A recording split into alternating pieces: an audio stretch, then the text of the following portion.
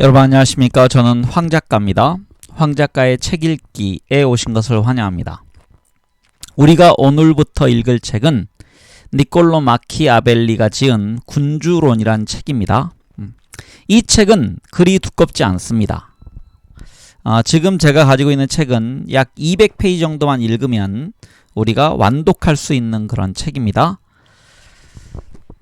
그리고 가끔 고전들 중에는 상상할 수 없을 정도로 두꺼운 책들도 있습니다. 그런 대표적인 게 저도 책상에 두고서 계속 못 읽고 있는 국부론 같은 책입니다. 이 책은 본문만 약 1200쪽에 달하는 그런 방대한 책입니다. 이에 비해서 우리가 인문학의 고전이라 일컬어지는 책 중에 그리 두껍지 않고 읽어두면 평생 마음속에 뿌듯함이 묻어나는 그런 책들이 있습니다. 그 중에 한 권이 바로 이 군주론입니다. 그래서 오늘부터 군주론을 읽도록 하겠습니다. 제가 잠깐 화면을 전환해서요. 마키아벨리에 대한 설명을 좀 해야 될 것 같습니다. 이 책에 마키아벨리에 대한 설명이 조금 결여되어 있어서요. 제가 네이버 백과사전에 있는 내용을 통해서 마키아벨리를 먼저 이해한 후에 그리고 책의 본문을 읽어가도록 하겠습니다. 저는 이 책을 학창시절에 이제 글이 길지 않아서 숙제로, 과제로, 원서로 읽었던 기억이 있는데요. 내용은 전혀 기억나지 않고 책을 읽었다라는 것 자체만 지금 기억을 가지고 있는 것 같습니다. 네, 제가 설명을 좀 읽도록 하겠습니다. 이탈리아의 통일과 번영을 꿈꾸며 새로운 정치 사상을 모색한 정치 사상가 니콜로 마키아벨리. 출생 1469년 5월 3일, 사망 1527년 6월 21일. 군주된 자는, 특히 새롭게 군주의 자리에 오른 자는 나라를 지키는 일에 고지곳대로 미덕을 지키기는 어려움을 명심해야 한다.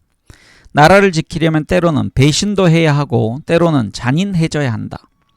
인간성을 포기해야 할 때도 신앙심조차 잠시 잊어버려야 할 때도 있다. 그러므로 군주에게는 운명과 상황이 달라지면 그에 맞게 적절히 달라지는 임기응변이 필요하다. 할 수 있다면 착해져라. 하지만 필요할 때는 주저없이 사악해져라. 군주에게 가장 중요한 일이 무엇인가? 나라를 지키고 번영시키는 일이다. 일단 그렇게 하면 그렇게 하기 위해 무슨 짓을 했든 칭송받게 되며 위대한 군주로 추앙받게 된다. 니콜로 마키아벨리는 1513년에 쓰고 1532년에 출간된 군주론에서 이렇게 말했다. 일단 그것은 피렌체의 권력자 로렌조 메디치에게 헌정되었고 마키아벨리의 능력을 선보임으로써 메디치에게 발탁되기 위한 목적으로 쓰여졌다고 여겨졌다. 그 목적은 이루어지지 않았고 마키아벨리는 불우하게 살다가 갔다. 그러나 이후 이 책은 수없이 읽히고 해석되고 반박되고 숭배되었다. 그리고 역사를 바꾸었다. 1. 통일 이탈리아를 위한 평생을 건 사상가. 15세기에서 16세기에 이르는 이탈리아는 유럽의 특별한 존재였다. 독특한 영광과 독특한 굴욕이 함께 있었다. 한편으로 옛 로마 제국 시절 서구 세계 전체를 지배했던 이 땅은 분열과 혼란에서 벗어나지 못하고 있었다. 물론 분열과 혼란이란 중세 유럽이라면 어디서든 볼 수 있는 것이기도 했다. 하지만 영국, 프랑스, 스페인 등에는 비록 강력하지는 못해도 어엿한 왕이 있었고 갈수록 왕을 중심으로 나라 전체가 결속하며 국민국가로 나아갔다. 하지만 이탈리아에는 그런 구심점이 없었다. 북부는 신성 로마 제국 황제가 지배권을 주장하다가 13세기 이후 베네치아, 밀라노, 제노아 등 여러 도시들이 할거하는 상황이 되었고 중부는 로마 교황청의 세력이 앞서는 가운데 피렌체, 시에나 등이 분립했으며 남부는 비잔티움, 노르만, 이슬람 등에게 계속 정복되던 끝에 나폴리 왕국의 지배하에 있었다.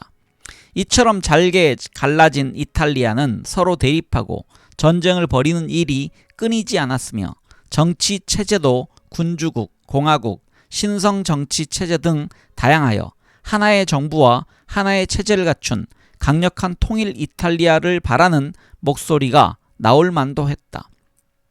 특히 1494년에 프랑스가 이탈리아를 침공했을 때는 중세를 거의 졸업한 통일 왕국의 위력에 이탈리아가 맥을 못 추는 모습이 만천하에 드러나 그런 염원이 더욱 커졌다. 하지만 한편으로 당시는 르네상스 시대였다. 1453년 비잔티움 제국의 멸망을 전후해 고대 그리스 로마의 문화유산을 간직한 학자와 기술자들이 이탈리아로 대거 망명해 들어왔고, 이를 토대로 고대 유산을 재발견하고 학술과 기술을 비약적으로 발전시킬 수 있었다.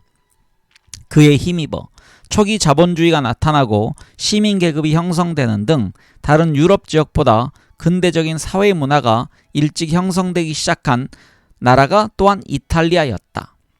마키아벨리는 이런 시대상이 낳은 사람이자 그 시대의 염원을 실현하기 위해 평생을 걸었던 사람이었다. 이탈리아의 통일, 그것은 필연적으로 거듭된 전쟁의 산물이라 여겨졌다.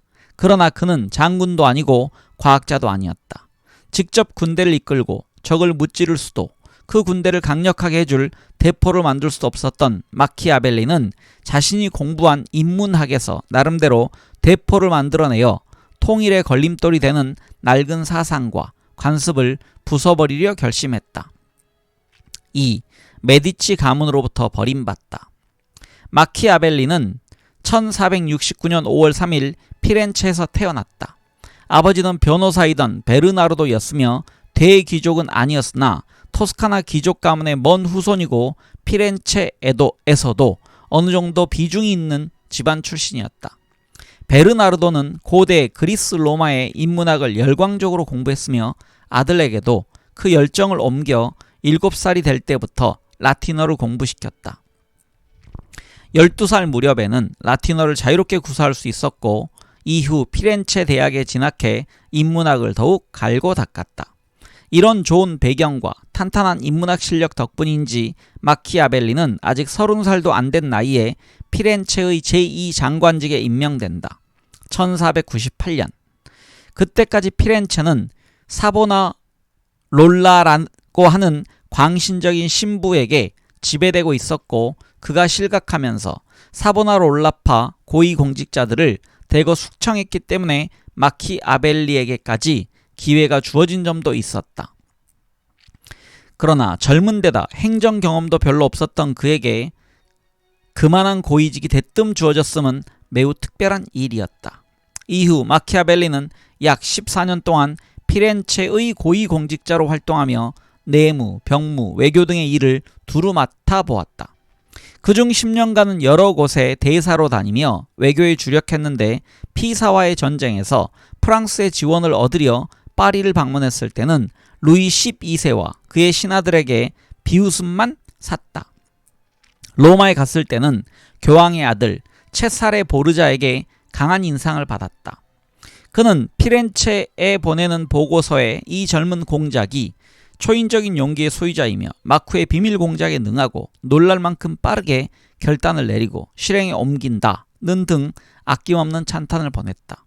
그리고 그 내용은 나중에 군주론에서 이상적인 군주의 모습을 그린 내용과 거의 비슷했다. 따라서 보르자에게서 마키아벨리는 이탈리아 통일을 이뤄낼 영웅의 모습을 보았다고 흔히 이야기된다.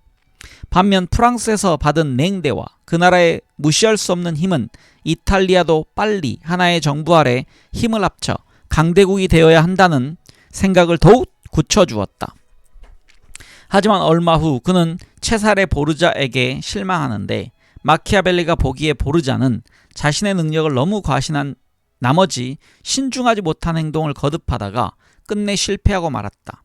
그래서 군주론에서도 보르자를 직접 거론할 때는 교황의 아들로 태어난 운에 너무 의존했다고 차갑게 평가하고 있다. 이 밖에 마키아벨리는 교황 율리우스 2세, 신성 로마 황제 막시밀리안 1세, 스페인의 페르난도 2세 등 각국의 지도자들을 두루 만나보았으며, 그들의 인물됨과 행동 방식을 그리스 로마 고전에 나오는 인물들과 비교해가며 통치술과 국제정세, 정치에 대한 지식과 지혜를 차곡차곡 다져갔다. 그러나 마키아벨리에게 관대한 줄만 알았던 운명의 여신 포르투나는 끝내 변덕을 부리고 말았다. 1512년 교황청이 스페인과 동맹을 맺고 프랑스와 대결했는데 이 과정에서 친프랑스적이었던 피렌체가 스페인군에게 유린된 것이다. 스페인군은 단순히 피렌체를 점령했을 뿐만 아니라 자신들에게 망명해 있던 피렌체의 옛 지배자 메디치가 괄호 열고 사보나롤라는 이들이 몰락한 틈을 타서 집권했었다. 괄호 닫고를 복귀시켰다. 다시 설명하면 스페인에 의해서 메디치가가 피렌체를 지배하게 됐다는 얘기입니다. 메디치 가문은 명목상 공화정부일 뿐 사실상 독재적으로 피렌체를 다스리는 옛 체제를 되살리고 기존의 공화정부 참여자를 숙청했다. 이 와중에 마키아벨리 역시 해임되었을 뿐만 아니라 메디치가를 노린 음모에 가담했다는 혐의로 투옥되고 만다. 마키아벨리는 밧줄로 묶여 24시간 매달아 두는 고문을 받았지만 끝내 혐의를 부인했으며 석방되었다. 하지만 이제 그는 유능한 장관도 촉망받는 학자도 아니었으며 재산의 대부분을 몰수당한 채 산트 안드레아의 작은 농장에서 칩거하는 신세가 되었다. 3. 더 큰 도덕을 위한 부도덕. 이처럼 몰락한 마키아벨리였으나 한편으론 바쁜 공무에서 벗어나 그동안 갈무리하고 닦은 지식과 지혜를 차분하게 글로 옮길 기회를 얻은 셈이었다. 생전에 출간된 것은 벨파고르 1515년, 안드리아 1517년, 만드라골라 1518년 같은 문학작품과 전술론 1520년 등의 군사학 서적 정도였으나 대표적인 저작은 군주론가 1519년에 쓰고 1531년에 출간된 로마사 농고, 원제는 리비우스의 로마사에 대한 논의, 그리고 1523년부터 죽을 때까지 집필했던 피렌체사 등이다. 마키아벨리는 찬란한 문화를 뽐내던 조국 피렌체가 침략자들의 말발굽에 짓밟히는 것을 보았고 체사레 보르자나 사보나롤라 같은 카리스마적 지도자들이 덧없이 몰락하는 것도 보았다. 마키아벨리 스스로 피할 수 없는 운명의 장난 때문에 순식간에 한심한 처지로 전락했다. 그래서 그는 포르투나, 즉 운명의 힘을 절대 무시하면 안 된다고 한다. 보르자는 너무 오만해서, 율리우스 2세는 너무 성급해서 포르투나의 일격을 받았다는 것이다. 이 포르투나는 영어로 하면 fortune에 해당하고 이건 행운이라는 뜻도 있지만 여기선 운명의 장난으로 해석하고 있습니다. 포르투나의 강력한 힘은 아무리 철저히 대비를 하고 노력을 해도 완전히 떨쳐버릴 수 없다. 하지만 마키아벨리는 비관적 운명론자가 아니다. 오히려 그 반대다. 그는 포르투나는 결국 여자일 뿐이다. 여자는 강한 남자에게 복종한다라고 말한다. 오늘날의 시각에서 보면 성차별주의자로 매장당할 발언이지만 당시 사람들에게는 참으로 멋진 비유법이었다. 아무리 불운이 겹쳐도 포기하지 않고 노력한 사람은 결국 성공한다는 것이다. 강한 남성적 힘, 비르는 비르투, 곧 덕의 속성이다. 덕을 잘 길러서 남보다 우수한 비르투를 발휘할 수 있는 사람이 지도자의 제목이며 개인이든 국가든 더 우수한 비르투를 소유할 때 번영할 수 있다. 그런데 이런 비르투에는 성실함, 공평함, 정직함 등 당시의 기독교 문화에서 장려하는 미덕도 포함되지만 카이사르나 알렉산드로스 같은 영웅들이 지녔던 용기, 대범함, 솔선수범함 등의 미덕은 잘 발휘될 수 없다. 기독교는 모든 인간이 신의 뜻에 따라 움직이는 하찮은 존재이며 제 힘으로 뭘 하려기보다 그저 신에게 빌면 그만이라는 나약한 정신을 배양하기 쉽기 때문이다. 그래서 마키아벨리는 군주론에서 군주로서 성공하려면 먼저 좋은 법과 좋은 군대를 갖추어야 한다 라고 전제한 다음 정치와 행정, 외교 등에서 실패하지 않으려면 기독교적인 미덕은 잠시 잊어버리고 고대 영웅들의 비르투를 본받을 필요가 있다고 주장한다. 고대의 영웅들은 때로는 거짓말도 하고 잔혹한 사륙도 저질렀다. 하지만 국가 간의 중요한 협상을 할 때 정직함에만 얽매여서 자국의 약점을 있는 그대로 말하면 어떻게 되겠는가? 살인하지 말라는 십계명에도 적혀있는 기본적 도덕률이다. 그러나 야심을 품고 쿠데타를 꿈꾸는 무리를 사륙하지 않으면 지도자뿐 아니라 전 국민이 위험에 처하게 된다. 그런데도 자기 영혼이 지옥에 떨어질 것만 겁내서 손을 쓰지 말아야 하는가? 이처럼 필요할 때는 주저없이 사악해져라는 마키아벨리의 메시지는 도덕 따위는 의미가 없다는 니힐리즘이 아니며 더 큰 도덕을 위해서는 세세한 부분에서 악덕을 행할 필요도 있다는 뜻이었다. 그것이 마키아벨리가 꿰뚫어 본 정치의 본질이었다. 4. 근대의 문을 열다. 하지만 그의 메시지에는 메아리가 없었다. 군주론을 헌정했던 로렌초 메디치는 그 책을 들춰보지도 않았다고 한다. 메디치가의 인정을 받아 공직에 복귀하려던 마키아벨리의 뜻은 끝내 좌절된다. 그에 따른 실망 때문인지 로마사 농고는 군주제는 열등한 체제이며 비루투를 최대한 육성하려면 공화제를 채택해야 한다는 메시지를 뚜렷이 담았고 메디치가를 내몰 음모를 꾸몄던 공화주의자들에게 헌정됐다. 아무튼 군주론도 로마사 농고도 그의 생전에는 빛을 보지 못했다. 그는 한두 차례 임시직을 맡아 외교사절 일을 수행했으나 바라던 고위직은 얻지 못했으며 말년에는 성벽을 관리하는 위원회에서 미감 말직을 맡아 하급 공무원 생활을 했다. 그리고 포르투나는 다시 한번 그를 조롱했다. 1527년에 메디치 정권이 또다시 무너졌고 공화정이 재건되었다. 그러나 마키아벨리는 메디치 정권 때 별것 아니지만 일을 했다는 이유로 역시 공직을 맡을 수 없었던 것이다. 그는 시리에 빠져 있다가 한 달도 되지 않은 6월 22일에 숨을 거두었다. 그의 무덤은 어디인지도 잊혀져 버렸다. 하지만 나중에 피렌체에 세워진 그의 기념비에는 이렇게 적혀 있다. 어떤 묘비명도 이 위대한 이름에 어울리지 않는다. 그의 사후 오랫동안 마키아벨리라는 이름은 위대한 이름이 되지 못했다. 1559년에 교황청은 마키아벨리의 책들을 금서 목록에 집어넣었고 종교개혁 당시의 개혁자들도 카톨릭의 악행을 성토할 때 마키아벨리 같은 악마의 책을 읽는 자들이 그렇다고 했다. 계몽군주로 유명한 프로이센의 프리드리 2세는 마키아벨리는 틀렸다. 국가보다는 국민의 행복이 중요하다며 스스로 반군주론이라는 책을 쓰기도 했다. 이런 시각은 오늘날에도 남아서 마키아벨리즘이라고 하면 목적을 위해 수단과 방법을 가리지 않는 비열함의 뜻으로 흔히 쓰인다. 하지만 18세기 무렵부터는 새로운 평가가 나타난다. 악행도 서슴지 말라는 마키아벨리의 주장은 조국의 암담한 현실을 어떻게든 타개해보려는 애국자의 고민으로 이해되기 시작한다. 또한 시민들의 덕이 그 국가의 유지와 번영의 관건이다는 주장은 민주주의적 사상이라고 해석되었다. 장자크 루소와 세뮤얼 애덤스는 마키아벨리의 사상을 참고하여 자신의 정치 사상을 엮어냈고 이는 각각 프랑스 대혁명과 미국 독립혁명에 영향을 주었다. 현대에 들어와서는 사회주의자들도 마키아벨리를 재평가했다. 가령 이탈리아의 사회주의자 안토니오 그람시는 고독하고 영웅적인 투쟁을 하는 마키아벨리의 군주에서 사회주의 정당이 가져야 할 모습을 보았다. 이처럼 마키아벨리를 근대 민주주의와 공화주의의 선구자로 보는 해석이 많아지면서 군주론보다는 로마사 농고가 그의 진정한 대표작이라는 견해, 군주론은 사실 메디치의 환심을 사기 위한 책이 아니라 군주의 악덕을 풍자하려는 책이었다는 주장 등도 나오고 있다. 그러나 로마사 농고에서도 마키아벨리는 교회가 강조하던 금욕적이고 정태적인 도덕주의를 주장하지 않는다. 비르투와 포르투나에 대한 그의 사상은 모든 저작에서 일관되고 있다. 그리고 그것은 이전과는 근본적으로 다른 정치 사상이었다.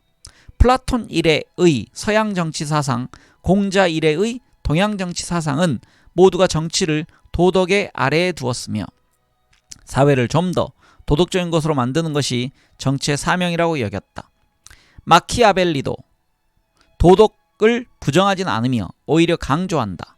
그러나 그는 정치가 일반적으로 통용되는 도덕과는 다른 길을 가야 할 필요도 있다고 보았다. 정치는 정치 그 자체에 목적이 있고 존재의 의가 있다.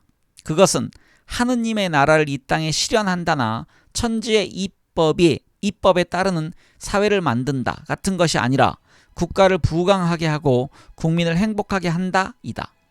삼위일체를 공인하느냐 마느냐, 상복을 1년 입느냐 3년 입느냐 따위가 아니라 세금을 더 올릴 것인가 줄일 것인가, 자주국방을 추구하느냐 동맹관계를 강화하느냐 등이 정치의 과제가 된다. 그러므로 오늘날 마키아벨리를 긍정하는 사람이든 부정하는 사람이든 그가 근대 정치 사상에 주춧돌을 놓은 사람이라는 점에는 이견의 여지가 없다.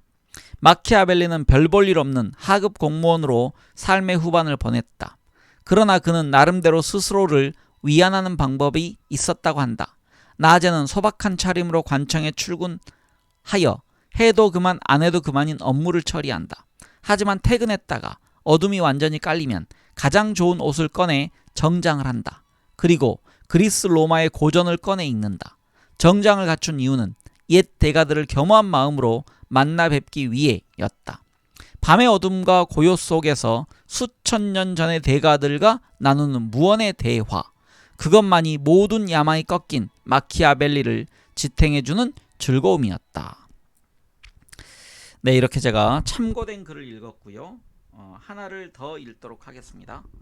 이건 이제 마키아벨리의 책에 대한 4가지 시각입니다. 첫째가 일탈론이다. 당시 몰락한 피렌체 공화국의 현실 앞에 메디치가가 이 혼란을 수습할 유일한 대안이라고 보았다는 것이다. 둘째는 폭로론이다. 겉으로 온갖 덕을 찬양하는 군주들이 실제로는 어떤 나쁜 짓을 하는지 이 책자를 통해 평범한 사람들에게 알리려 했다는 것이다.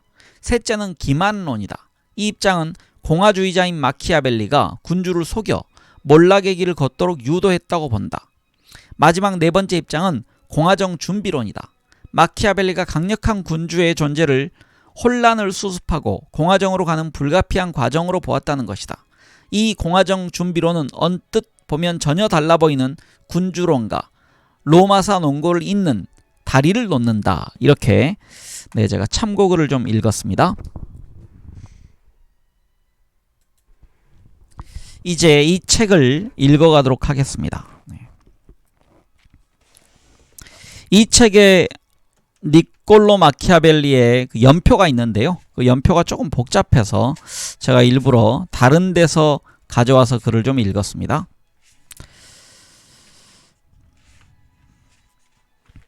네, 이 책에 이제 앞에 그 당시에 그 이탈리아 지도가 있습니다. 통일되지 않은 이탈리아 지도에는 밀라노 공국, 그 다음에 베네치아 공화국, 그 다음에 피렌체 공화국, 그리고 밑에 교황령 등등으로 표시가 되어 있습니다. 앞에서 읽은 글에서 당시 이탈리아의 복잡한 통일되지 않은 상황을 여러분들이 좀 더 잘 이해할 것 같습니다. 여기에 당시에 책 앞에 이제 5쪽인데요. 우리 책의 5페이지인데 군주론의 이해를 위한 당대의 이탈리아 역사 개관이라는 글이 실려 있습니다. 고대 로마 제국의 영광이 서린 땅인 이탈리아는 서로마 제국이 476년에 게르만족의 용병대장 오도 아케르에 의해서 로물루스 아우구스 톨루스 황제가 폐위당하고 멸망한 뒤 중심 세력의 부재로 4분 오열되었다. 그러나 11세기가 되자 유럽의 정치적 안정과 경제적 번영에 힘입어 베네치아, 제노바, 밀라노, 피렌체 등이 지역적 중심이자 거대한 상업도시로 등장했다. 이런 도시들의 발전을 배경으로 하여 귀족들과 상인들은 자치조직을 결성하여 자치도시를 만들었으나 지역적 중심이 되었을 뿐이고 이탈리아 반도 전체는 교황령을 비롯한 여러 세력들의 각축 상태에 놓여 있었다. 그런데 중세 유럽 권력의 두 축이었던 황제권과 교황권은 이처럼 권력 공백의 상태에 있었던 이탈리아에서 맞부딪히게 되었다. 신성 로마 제국 황제 프리드리 1세와 2세의 개입에 대하여 이탈리아의 도시들은 교황 이노켄티우스 3세와 4세의 지원하에서 저항했다. 이 투쟁 과정에서 겔프 가르고 교황파와 기벨린 황제파가 생겨났다. 교황은 신성 로마 제국에 대항하여 프랑스의 앙주 왕가에 도움을 요청함으로써 앙주 가문의 나폴리 지배가 시작되었고, 그 지배권은 스페인의 아라곤 가문이 들어오게 되는 13세기 말까지 지속된다. 시인 단테가 14세기에 그의 조국을 이렇게 노래했다. 비참한 땅에서 피를 흘리는 아이. 다시 읽겠습니다. 비참한 땅에서 피를 흘리는 비굴한 이탈리아여, 거대한 폭풍우 속에서 선원이 없는 배여. 그러나 어떤 군주도 19세기 중반이 되기까지는 이 난파 직전의 배의 선장이 될 수 없었다. 14세기에 겔프와 기벨린의 대립, 도시국가들 간의 세력 투쟁 등으로 이탈리아의 분열은 심화되었으며, 이런 상황은 15세기 중반까지 계속되었다. 그런데 이 와중에서도 도시경제의 융성과 도시들 간의 경쟁을 바탕으로 하여 고대 그리스와 로마의 문화를 재발견하고 새로운 시민 문화가 자리를 잡게 되는 르네상스 시대가 전개되었다. 1454년에는 베네치아와 밀라노 간에 로디 평화조약이 체결되어 이를 계기로 하여 당대의 이탈리아 5대 세력이었던 교황령, 나폴리 왕국, 밀라노 공국, 베네치아 공화국, 피렌체 공화국이 대립과 견제를 지향하고 평화체제에 들어감으로써 자신들의 위상 확보를 위한 이탈리아 동맹이 추구되었다. 정치적으로는 전제적 경향이 강화되어 밀라노에는 스포르차 가문의 지배가 확고해졌고, 피렌체에는 메디치 가문이 권력을 강화했다. 14세기 후반에 스페인은 스페인 연합왕국이 카스티아의 이사벨 1세와 그의 남편인 아라곤의 페르난도 2세에 의해서 1479년에 성립됨으로써, 그리고 프랑스는 100년 전쟁 1337부터 1453에서 승리함으로써 두 나라는 정치적 안정을 달성함은 물론 왕권이 강화되었다. 특히 프랑스의 샤를 8세는 아라곤 가문의 나폴리 왕이 죽자 자신의 가문인 앙주의 왕위 계승권을 주장하고, 밀라노의 루도비코 스포르차와 나폴리의 아라곤 가문의 불화를 이용하여 일시 나폴리 왕국을 점령했다. 샤를 8세의 이탈리아 침입은 그 후에 이탈리아에 대한 무력을 수반한 본격적인 외세 개입의 전주곡이 되었다. 샤를 8세의 지원으로 피렌체에서는 사보나롤라가 일시적으로 집권하게 되었다. 이 도미니크 교단의 수도사는 피렌체의 교만과 허영의 죄악을 불로써 속죄해야 한다고 설교함으로써 인민의 환심을 삽고 피렌체의 권력을 장악했다. 그러나 1495년에 교황 알렉산데르 6세, 신성 로마제국 황제 막시밀리안 1세, 스페인의 페르난도 2세, 베네치아 공화국, 밀라노 공국이 결성한 제1차 신성동맹, 영어로 홀리 리그의 승리에 의해서 1496년 샤를 8세의 프랑스 군대는 이탈리아에서 철수했다. 그러나 샤를 8세의 뒤를 이은 루이 12세는 베네치아와 동맹을 맺고 밀라노를 공격했다. 당시 그는 이혼 문제로 교황청의 도움이 필요했고, 교황 알렉산데르 6세는 아들 체사르 보르자의 권력과 영토 확보를 위해서 그의 도움이 필요했다. 그리하여 프랑스는 체사레의 로마나 지방에 대한, 여기서 로마나 지방입니다. 야심을 돕기 위해서 교황은 프랑스의 밀라노와 나폴리에 대한 야심을 돕기 위해서 야합하게 되었다. 밀라노 공국은 교황의 지원하에서 베네치아 군대와 합세한 루이 12세의 군대에게 1497년에 점령되었다. 체사레는 아버지 알렉산데르 6세와 루이 12세의 지원하에서 로마냐 지방을 영유하게 되었다. 체사레는 통일 이탈리아라는 원대한 야망을 가지고 있었으나 현실적으로 밀라노는 루이 12세가 지배했고 베네치아는 강력한 독립공화국이었다. 더구나 교황인 아버지가 급사함으로써 로마나에서의 그의 국가 수립 계획은 좌초되었다. 체사레는 이에 피렌체와 볼로냐를 겨냥했고 두 도시는 루이 12세에게 도움을 요청했다. 루이 12세는 체사레를 견제하기 위해서 스페인의 페르난도 3세와 함께 나폴리 왕국을 분할했으나 프랑스 군대는 역부족으로 곧 철수하고 나폴리는 시칠리아와 함께 스페인의 장기 지배하에 들어갔다. 마키아벨리는 통치 역량과 군사력을 겸비한 체사레에게서 외세의 각축장이 된 조국 이탈리아의 독립과 통일의 가능성을 발견하고 부분적으로는 그를 모델 삼아 군주론을 썼다. 알렉산데르 6세를 뒤이은 율리우스 2세는 프랑스, 스페인, 신성 로마 제국과 동맹을 맺고 베네치아 공화국에 대립함으로써 교황령 확대는 물론이고 교황의 이탈리아에 대한 권력 지분을 확대시켰다. 그 후 율리우스 2세는 프랑스 세력을 이탈리아에서 내쫓기 위해서 베네치아, 스위스, 스페인, 신성 로마 제국과 영국을 끌어들여 두 번째 신성 동맹을 조직했고 1521년에는 스페인과 연합하여 프랑스 군대를 밀라노에서 축출했다.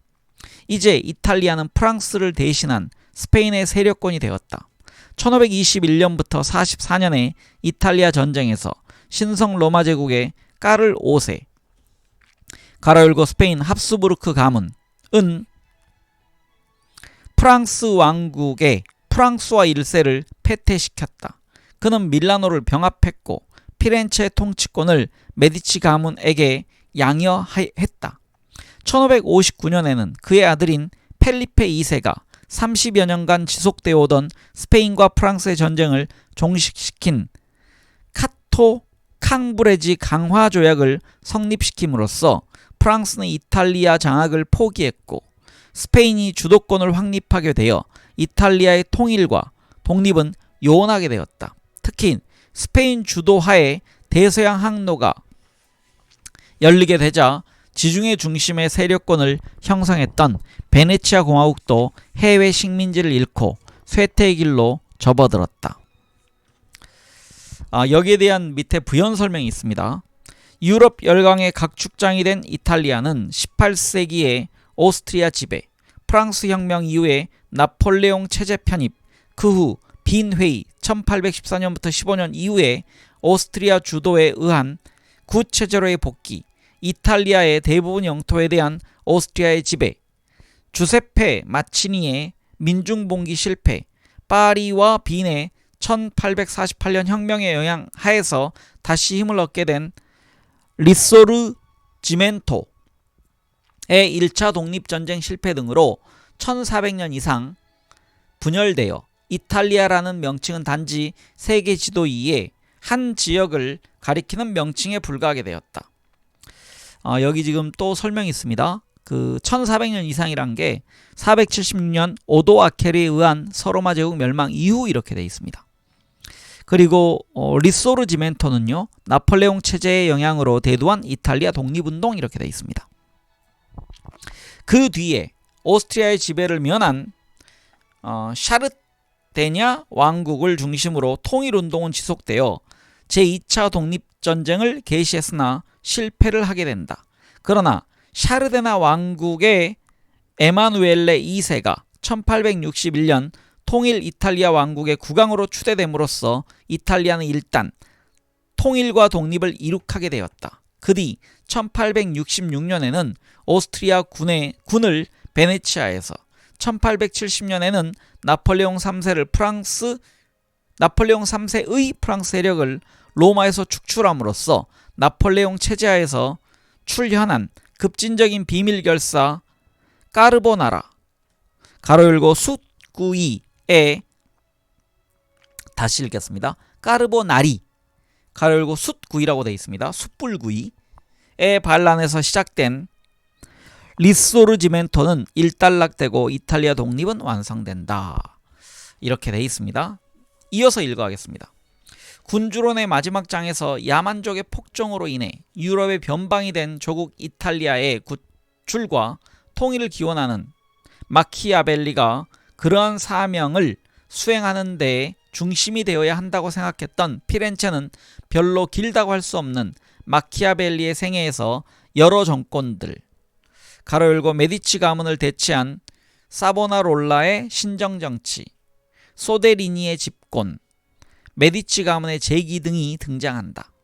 상인과 귀족의 도시 피렌체는 일시적으로 사보나롤라와 소데리니 등의 통치 시기도 있었지만 1434년 피렌체의 권력을 장악한 대 코시모, 가로 열고 코시모 대 메디치,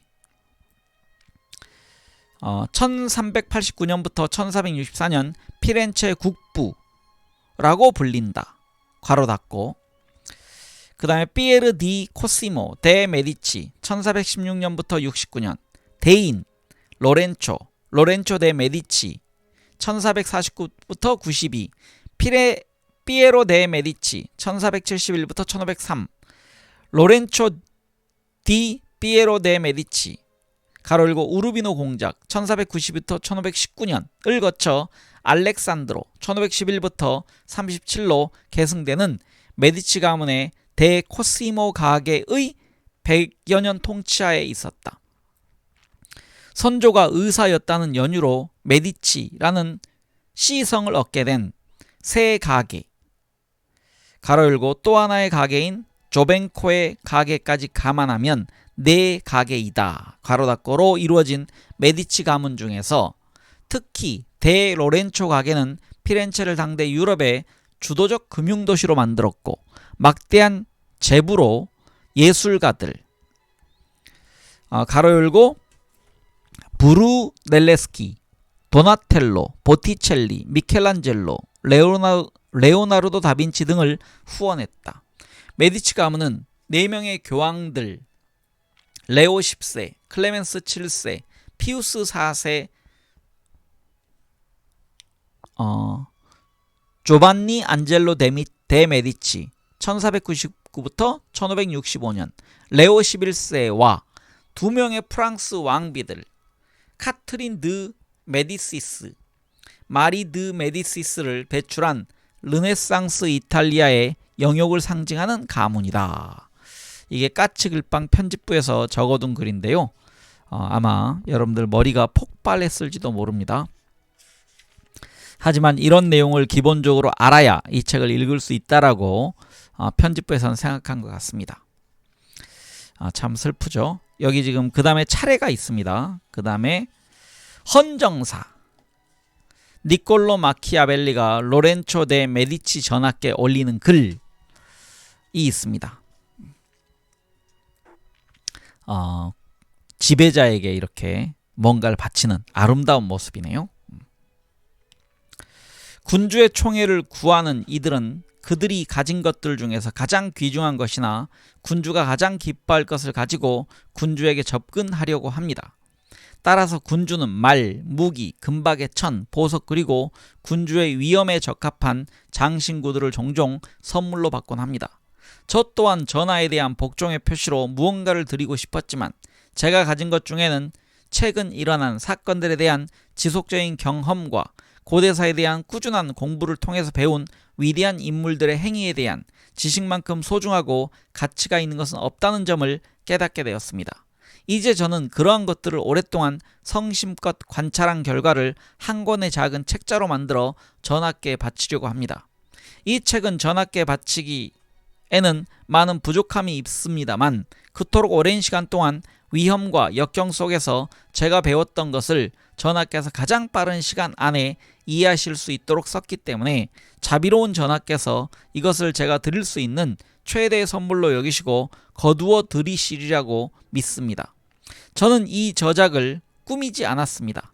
저는 많은 사람들이 그들의 주제를 기술하고 꾸미기 위해서 동원하던 과장된 구절이나 고상하고 화려한 단어 그리고 어떤 다른 수식이나 외양상의 장식을 하지 않았습니다.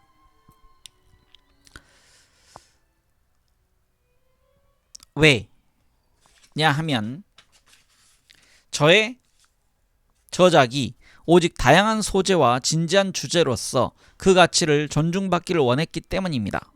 그리고 저는 신분이 낮고 비천한 지위에 있는 자가 감히 군주의 통치를 논하고 그것에 관한 지침을 제시하는 것이 무례한 소행으로 여겨지지 않기를 바랍니다. 왜냐하면 국가의 지도를 그리는 자들은 산이나 다른 높은 곳의 모습을 파악하기 위해서 아래로 내려가고 낮은 곳의 모습을 파악하기 위해서는 산 위로 올라가기 때문입니다.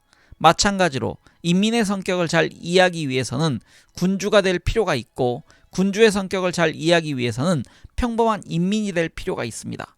그렇다면 전하께서는 부디 이 작은 선물을 제가 보낸 뜻에 따라서 받아주십시오. 만약 이 책을 꼼꼼하게 읽고 그 뜻을 새기시면 저의 가장 간절한 소망, 즉 전하께서 운명, 즉 포르투나와 전하의 탁월한 자질, 퀄리띠아가 약속하고 있는 위협을 성취하셔야 한다는 저의 뜻을 헤아리시게 될 것입니다.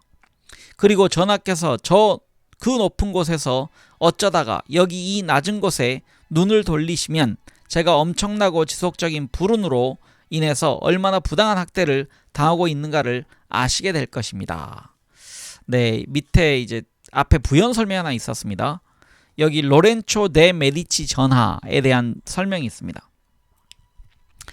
대인 로렌초가 아니라 피에로 데 메디치의 아들이자 교황 레오 10세의 조카인 로렌초 디 피에로 데 메디치를 말한다. 마키아벨리가 원래 군주론을 헌정하려고 한 군주는 로렌초의 숙부인 줄리아노 데 메디치였다. 헌정 대상이 바뀐 것은 당시 피렌체 통치자였던 줄리아노가 교황 레오 10세 교황이 된, 즉 레오 10세형 조반니를 따라 신성 로마 제국 교회의 행정관이 되어 로마로 갔기 때문이다. 원래 바치려고 했던 왕이 아니라 다른 사람에게 이 책이 헌정되게 되었던 배경을 설명하고 있습니다. 네, 제가 이제 1장과 2장까지만 읽도록 하겠습니다.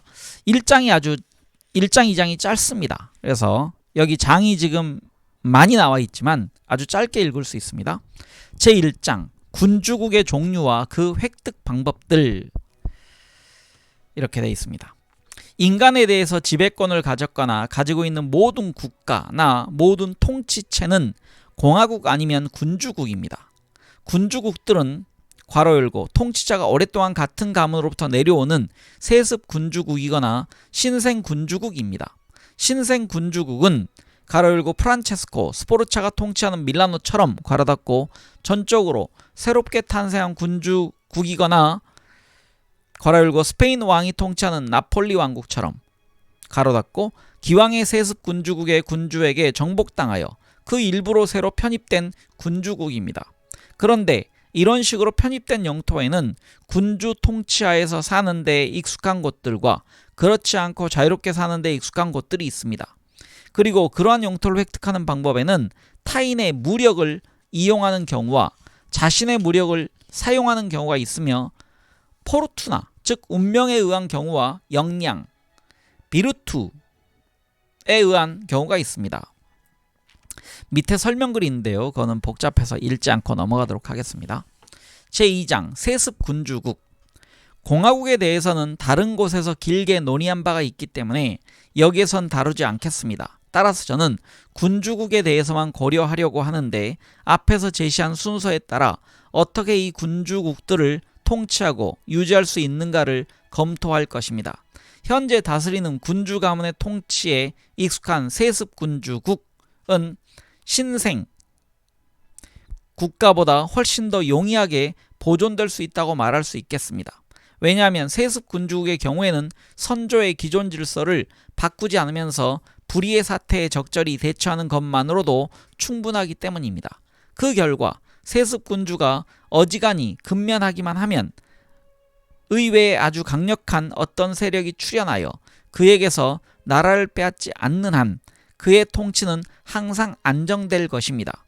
그리고 설사 그러한 사태가 일어나서 권좌에서 물러난다고 해도 새 정복자가 어려움에 처하게 되면 이전의 군주는 바로 예전의 지위에 복귀할 수 있을 것입니다. 이탈리아의 예를 들어보겠습니다. 페라라 공작은 1484년에 베네치아인들의 공격과 1510년에 교황 율리우스의 공격을 물리쳤는데 그 이유는 단지 그의 가문이 그 지역에서 오랫동안 통치하고 있었기 때문이었습니다. 세습 군주는 신생 군주에 비해서 사람들을 괴롭힐 이유나 필요가 많지 않습니다. 그 결과 그는 더 많은 호감을 얻게 됩니다. 따라서 군주가 상식 밖의 사악한 비행으로 미움을 사지 않는 한 신민들이 그를 따르는 것은 자연스러운 일입니다. 더욱이 군주 가문의 통치가 오래 지속될수록 예전의 급격한 변화에 대한 기억과 그 원인은 희미해지기 마련입니다. 어떠한 변화든지 의례, 새로운 변화를 초래하는 화근을 남기기 때문입니다. 네, 이 책을 하면서 제가 다른 참고글까지 읽었는데요. 군주론이라는 책에 대한 호기심, 관심을 가졌던 분들의 그런 갈증을 좀 채우는 책이 되기를 바랍니다. 이 책은 글이 어렵지도 그렇다고 해서 쉽지도 않은 그런 책인 것 같습니다. 네, 한 번쯤 인생에서 읽어야 될 군주론 읽기 시작했습니다. 오늘 함께 해주신 많은 분들 감사드리고 재밌게 읽어가도록 노력하겠습니다. 네, 저는 황 작가였습니다. 다음 시간에 뵙겠습니다.